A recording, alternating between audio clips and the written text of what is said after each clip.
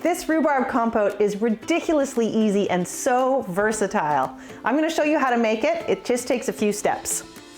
Rhubarb comes into season in the spring. That's when you might have it in your garden if you're lucky enough to have a big rhubarb patch, or you can find it at the grocery store.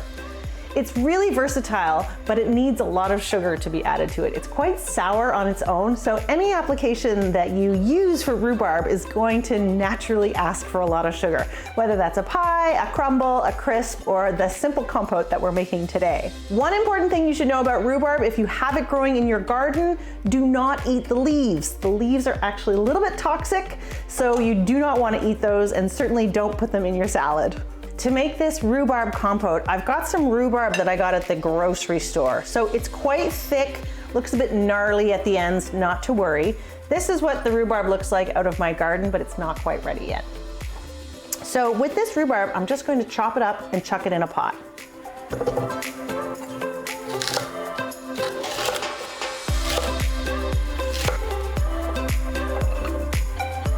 It actually reminds me a bit of celery because it's sort of got those long strands in it, and it is very sour, so to eat it at this time would be yuck.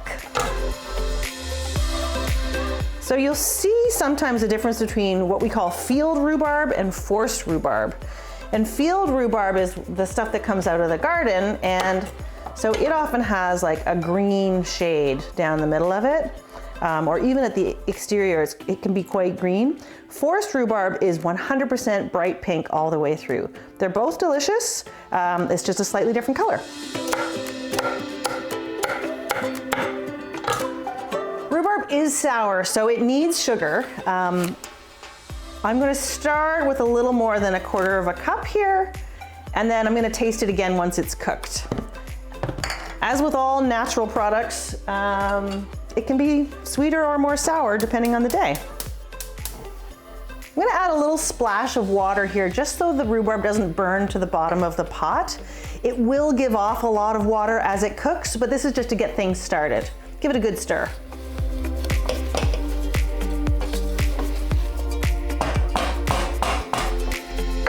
So what's gonna happen next is it's gonna come up to a boil, and then I'm gonna reduce the heat and let it simmer covered.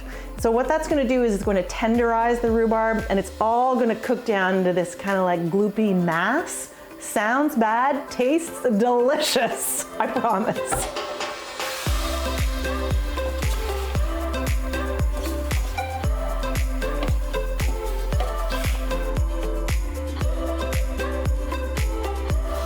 We're getting there, almost boiling. Make sure you keep stirring it. It could stick to the bottom of the pan if you weren't being attentive. It's also starting to break down a little bit. Cover back on.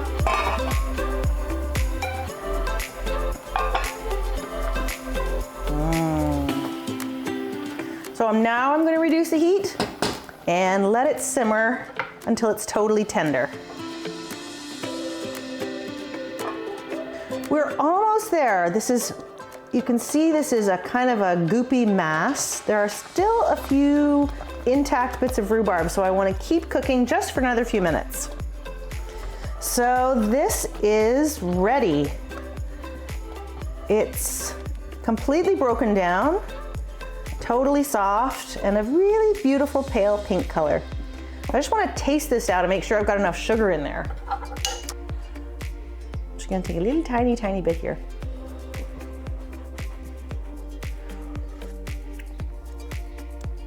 Oh, more sugar.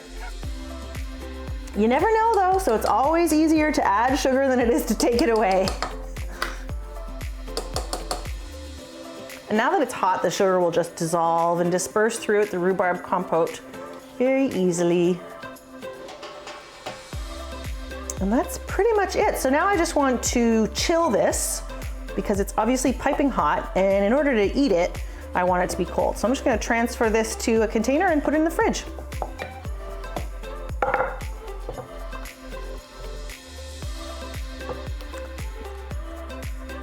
So here is the beautiful, chilled, finished rhubarb compote. Look how gorgeous that is. That is the color of spring. To use this rhubarb compote, I often put it over my yogurt. I love plain yogurt with rhubarb compote on top. Also works over ice cream, very nice. Almost like adding jam to yogurt. If you want to do something a little bit more involved, makes a great spring dessert. Get a couple of glasses and just put some compote in the bottom. I'm gonna make a little sort of rhubarb fool parfait. Add some of that lovely chilled compote. Then add a handful of amaretti cookies. So these are just the little crunchy almond cookies you can get at the Italian grocery stores. And kind of crackle them a bit and pop them in there. On into the rhubarb so that they soften up. I'm gonna add another one because I love them. Woo, explosion. And then on top of that, just a little bit of whipped cream. And what will happen is the amaretti will absorb the liquid from the rhubarb and from the cream, and they'll become soft and cake-like. Rhubarb and almond and cream is one of the great flavor combinations on earth. Look at that. So I just pop that in the fridge for an hour or so and it'll soften up. But of course, my favorite way to eat rhubarb compote is just straight up. It's sweet. It's tart, it just tastes like spring. It's so yummy. I have a couple of great rhubarb recipes in my book, Uncomplicated. And if you like rhubarb and you might want to make a pie, check out my easy pie pastry video. The link is below. I release new videos that are easy, fun, and delicious every Wednesday, so make sure you subscribe and hit the bell.